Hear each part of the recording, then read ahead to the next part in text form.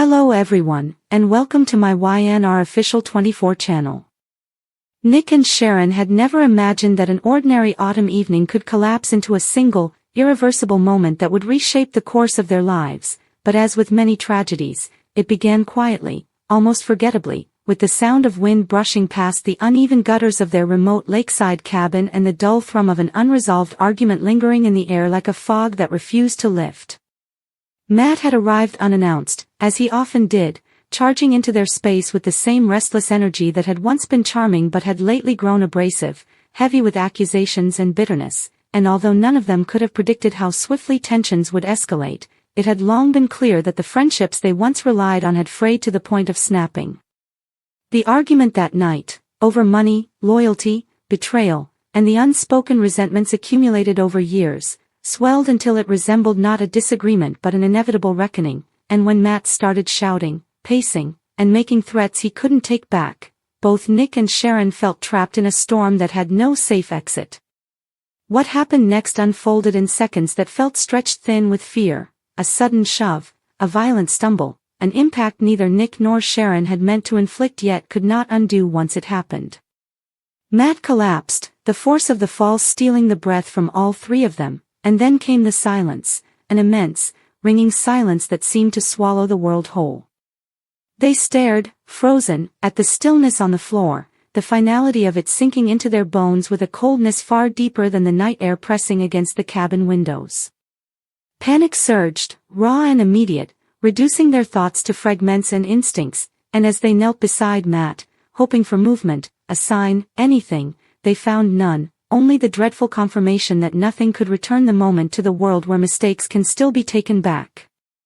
Their shock slowly mutated into fear, fear of what would happen, fear of being misunderstood, fear of losing everything they had fought to build together, and in that spinning, desperate state, they clung to the illusion that they still had control over something, anything.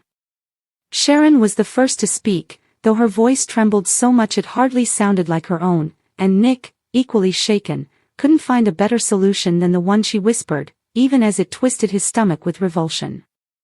They told themselves it had been an accident, that they weren't criminals, that they only needed time to think, to figure out how to explain what no one would ever believe was unintentional, and that justification, thin and fragile as it was, became the rope they held onto as they moved through the motions that felt more like nightmares scripted by someone else. They carried Matt's body out the back door beneath a moon veiled behind drifting clouds, the forest around them dense with shadows that shifted like silent witnesses, and every snapped twig echoed so loudly that it felt like a confession hurled into the night. They chose a spot far from the cabin, hidden beneath a canopy of towering pines where the earth was soft enough to give way under the spade but firm enough to conceal what they were terrified to confront. Each shovelful of dirt was a collision of guilt and dread, and though they worked side by side, neither dared speak, for fear that any words would shatter whatever thin composure they had left. When the grave was filled, they stood in the darkness, staring at the freshly disturbed ground, acutely aware that nothing about their lives could ever return to the simplicity that existed mere hours before. Walking back to the cabin felt like traveling through a world that no longer recognized them, and once inside, the stillness became unbearable. They scrubbed the floor, erased the signs of struggle, washed their trembling hands again and again until the water ran cold, but no amount of cleaning could quiet the pounding in their chests or the knowledge of what they had done. Sleep eluded them, every creak of the walls, every groan of the old cabin felt like Matt's ghost whispering accusations they already screamed at themselves internally. Days passed in a haze of paranoia, each news broadcast and passing vehicle sending jolts of fear through their veins, and though no one came asking questions, their secrets weighed heavily, tightening around their lives like a vice. Sharon found herself staring out windows for hours, imagining search parties, imagining someone discovering the disturbed soil, imagining the moment when everything would come crashing down, while Nick drowned himself in tasks, fixing things that didn't need fixing, pacing from room to room, pretending control where none existed. They tried to reassure each other, repeating the same hollow phrases about accidents and bad luck, but the words gave no comfort, they merely echoed back at them, reminders of the story they had forced themselves to believe. Eventually, the guilt began to fracture them from the inside. Conversation turned brittle, glances turned sharp, and every attempt at normalcy felt like performing roles they no longer remembered how to play. Sharon's nightmares grew more vivid, filled with the image of Matt reaching up from the soil, asking why they didn't tell the truth, why they didn't trust the world to understand. Nick's waking hours became a punishment of their own, haunted by the memory of the moment everything went wrong and by the crushing responsibility of the decision they made afterward. They avoided driving near the forest path, and when hikers or locals passed through the area, their hearts seized with panic. What had once been a peaceful escape now felt like a place stained with secrecy, and even the sunlight filtering through the trees seemed to expose something they desperately wanted hidden. The weight they carried seeped into every aspect of their lives, their relationship, their sense of self, until they could barely speak without circling back to the unspoken terror that hovered between them. They debated confessing more than once, sitting in the dim kitchen with cups of untouched coffee, imagining the relief of telling the truth and the consequences that would follow, but each time, fear tightened its grip and left them suspended in the same painful place. As weeks turned into months, the emotional burden became too heavy to ignore, eroding their resilience, breaking down their excuses, and confronting them with the reality that no secret, especially one born out of panic and tragedy, can remain buried forever, no matter how deep the earth or desperate the intent behind it. Their lives had become defined not by the accident itself, but by the choice they made afterward, and as the seasons changed and the cabin aged around them, they began to realize that the truth, however terrifying, was the only thing powerful enough to free them from the prison they had built with their own hands.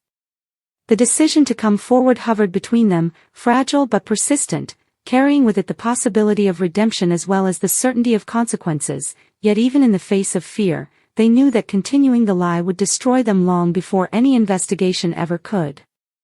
And so, one morning, as dawn spilled pale light across the lake and the air held the first hints of approaching winter, Nick and Sharon finally understood that their future depended not on what they had tried to hide, but on their willingness to face what they had done, tell the truth, and accept whatever followed, for only then could they reclaim the pieces of themselves they had lost the night Matt died, pieces scattered not in the shadowed forest, but deep within their own hearts, waiting to be unearthed. In the weeks after Nick and Sharon made the decision, quietly, tentatively, and without yet acting on it, to come forward about what had happened, something subtle but significant shifted between them, though not in the way either of them expected.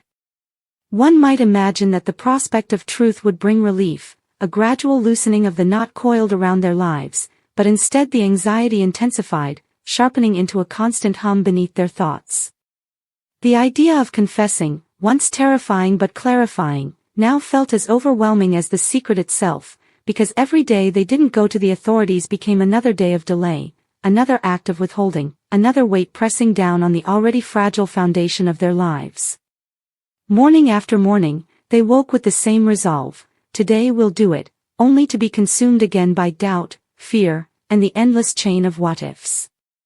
What if no one believed them? What if evidence was interpreted in the worst possible way? What if they were separated, accused of conspiring, blamed for something they had never intended?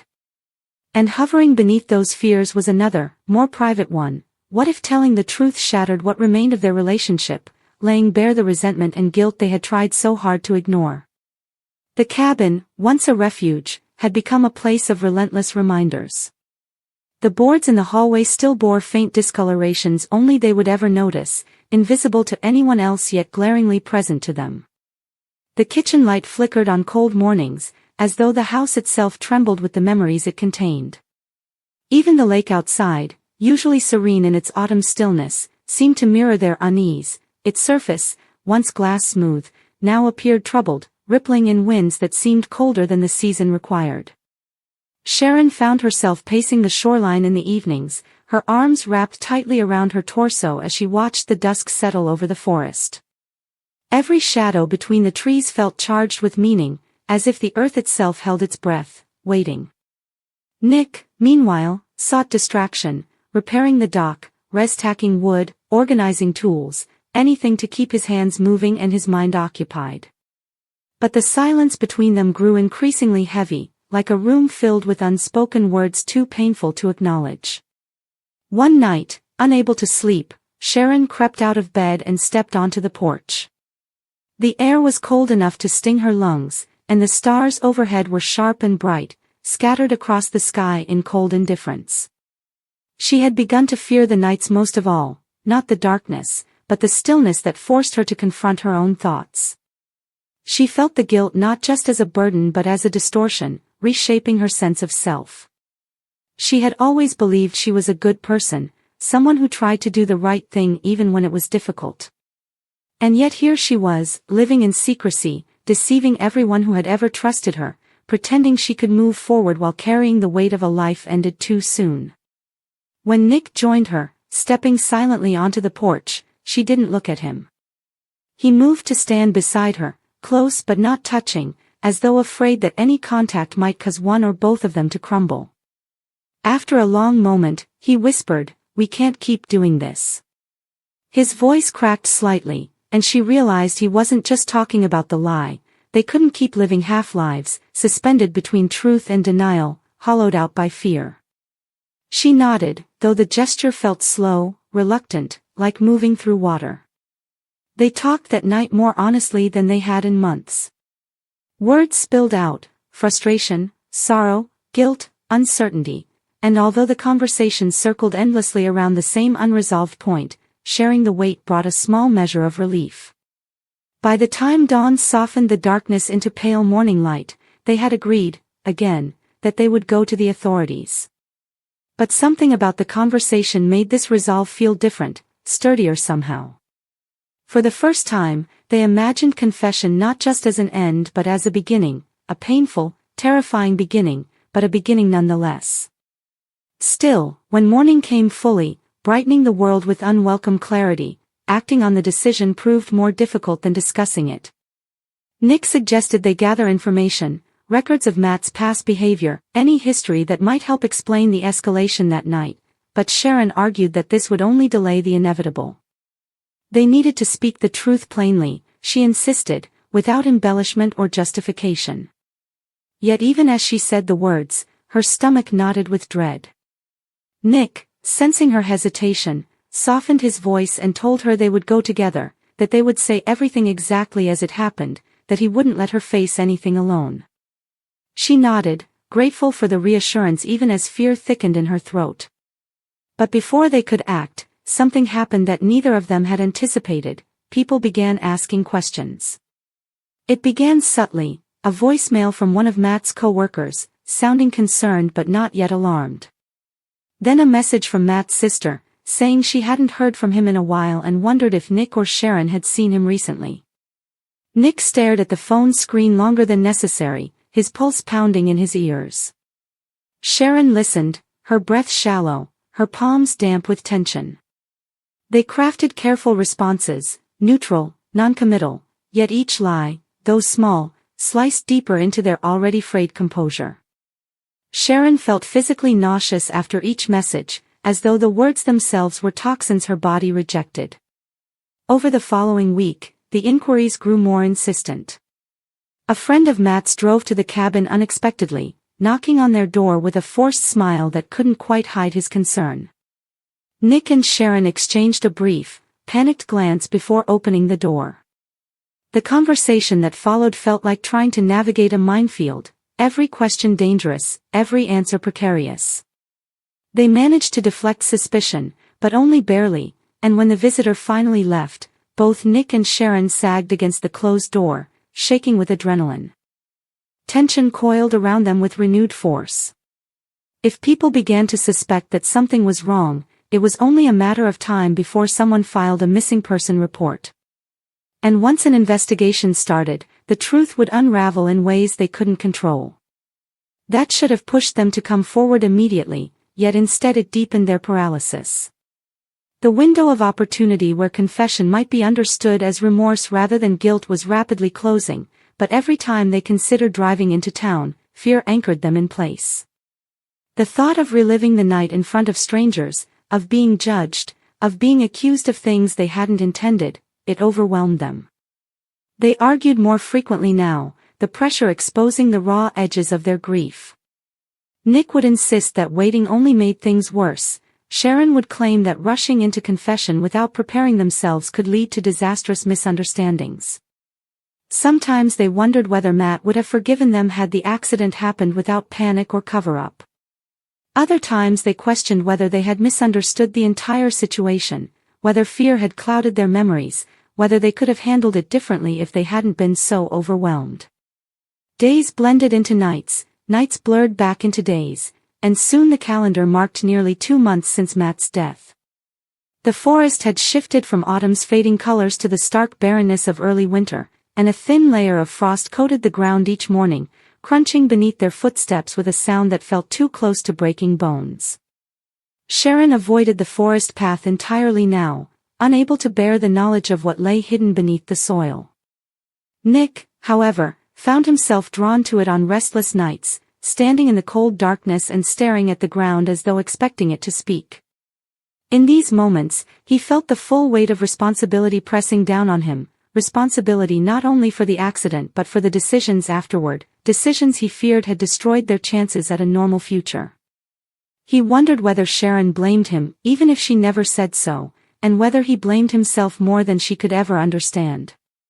Then, one morning, something changed, not externally, but internally, quietly, almost imperceptibly.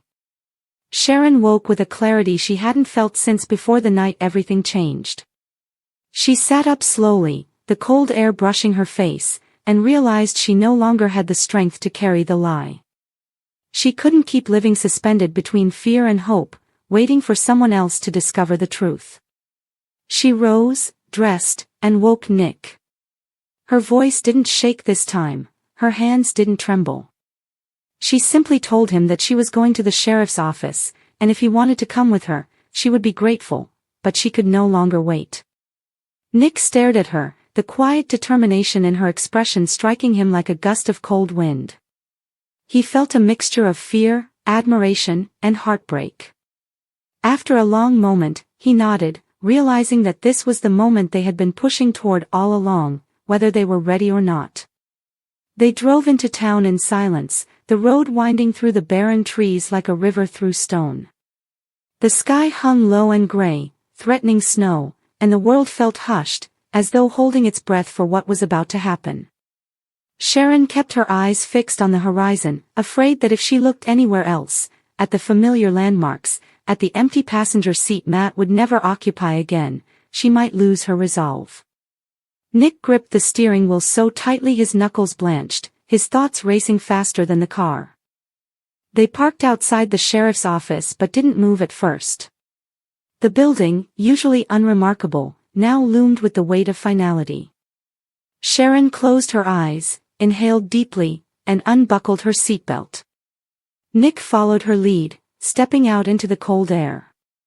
Inside, the warmth of the building felt oppressive. A receptionist greeted them politely, unaware of the storm they carried with them. When they said they needed to speak with the sheriff, the receptionist asked if they had an appointment. Sharon shook her head, her voice barely audible as she said, "It's urgent." Something in her expression must have conveyed the seriousness, because they were ushered into a private office almost immediately. The sheriff, a tired-looking man with kind eyes, gestured for them to sit. He asked what was wrong, and Sharon opened her mouth to speak, but no words came.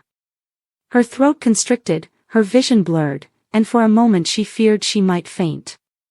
Nick reached out, placing his hand over hers, steadying her. Then, together, haltingly at first, then with growing honesty, they began to tell the story they had been avoiding for months. They spoke of the argument, of the accident, of the panic that followed.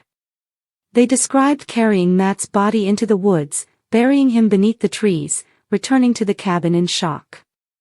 As the words spilled into the room, something unexpected happened: relief. Not the relief of escape or absolution, but the relief of no longer hiding. Each detail they shared felt like a weight lifted, though the consequences still loomed. The sheriff listened intently, occasionally jotting notes, his expression unreadable but not hostile. When they finished, silence filled the office, heavy but strangely calm. The sheriff leaned back, exhaled slowly, and said they had done the right thing by coming forward, even if far too late. But as the legal process began, statements, evidence gathering, arrangements to locate Matt's body, Nick and Sharon realized that confession was not the end of their ordeal but the beginning of another, equally daunting one. Returning to the